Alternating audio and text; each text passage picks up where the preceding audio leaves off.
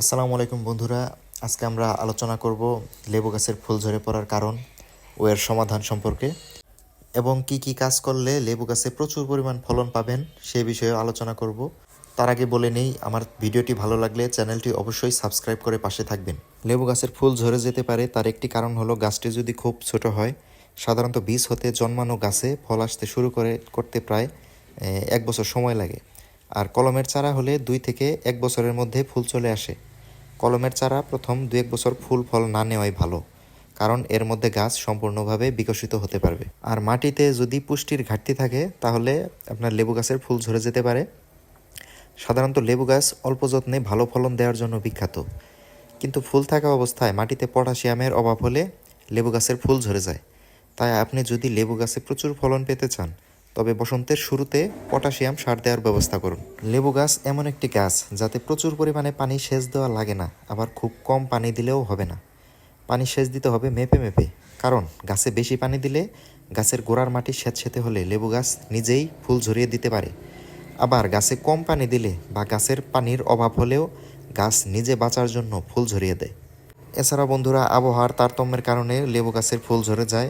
লেবু গাছ রোদে সবথেকে ভালো হয়, তাই লেবু গাছের দিনে কমপক্ষে 7 থেকে 8 ঘন্টা রোদ লাগে এমন স্থানে বপন করতে হবে। যেহেতু রোদে সবথেকে স্বাস্থ্যকর ফুল হয়, তাই ছায়ায় রাখলে আপনার গাছের ফুল ঝরে যেতে পারে। আপনার এলাকায় যদি পরাগায়নকারী কীটপতঙ্গ না থাকে, যেমন মৌমাছি, মাছি ইত্যাদি, তাহলে আপনার লেবু গাছের কিন্তু ফুল ঝরে যেতে পারে। এজন্য আপনাকে নিজে হাতে পরাগায়ন করতে হবে। আর কোনো পোকা টোকার আক্রমণ হলে আপনার ফুল ঝরে যেতে পারে, তাই পোকামাকড়ের আক্রমণ থেকে রক্ষা পেতে হলে নিয়মিত ওষুধ প্রয়োগ করতে হবে। আপনি যদি প্রচুর পরিমাণ লেবুর ফলন পেতে চান তাহলে চারা লাগানোর পর সঠিক নিয়মে সার ও কীটনাশক দিতে হবে।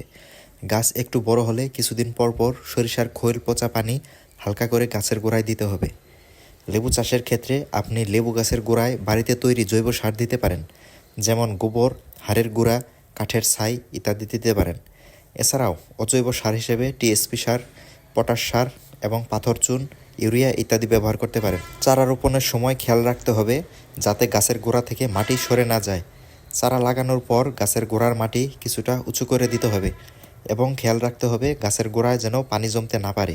গাছের গোড়ায় পানি জমে যেন স্যাঁতসেঁতে না হয়। লেবু গাছকে সঠিকভাবে বাড়তে দিতে হলে এর ডালপালা ছাঁটাই করতে হবে। গাছের মরা ও শুকনো ডাল কেটে গাছকে পরিষ্কার রাখতে হবে। গাছের অনুখাদ্যের অভাবের লক্ষণ দেখা দিলে অনুখাদ্যের মিশ্রণ প্রয়োগ করা দরকার। বাজারে পাওয়া তৈরি অনুখাদ্য যেমন মাল্টিপ্লেক্স, অ্যাগ্রোমেন ইত্যাদির যে কোনো একটি পরিমাণ মতো প্রয়োগ করতে হবে। হরমোন জাতীয় কারণে গাছের ফল ঝরে পড়লে গাছে হরমোন স্প্রে করা দরকার। এর জন্য 2,4-D নামক হরমোন 10 ppm গাছে 2 বার স্প্রে করতে হবে।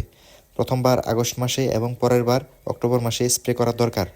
এই ওষুধ বাজারে পাওয়া না গেলে 10-12 ppm শক্তিযুক্ত প্ল্যানোফিক্স হরমোন ফুল আসার সময় একবার 1 মাস পর স্প্রে করতে হবে। গাছের ডাল ছিদ্রকারী পোকার আক্রমণ হলে আক্রান্ত ডালগুলো কেটে ধ্বংস করতে হবে। গাছের গোড়ার যে আগাছাগুলো থাকে, যেমন ঘাস, অন্যান্য যে উদ্ভিদ জন্মে, এগুলোকে পরিষ্কার করতে হবে। এভাবে যদি আপনারা পরিচর্যা করেন নিয়মিত, তাহলে লেবু গাছে অত্যাধিক পরিমাণ ফলন পাবেন আশা করা যায়। আর একটি পূর্ণবয়স্ক লেবু গাছ থেকে 140 থেকে 150টি লেবু পাওয়া যায়।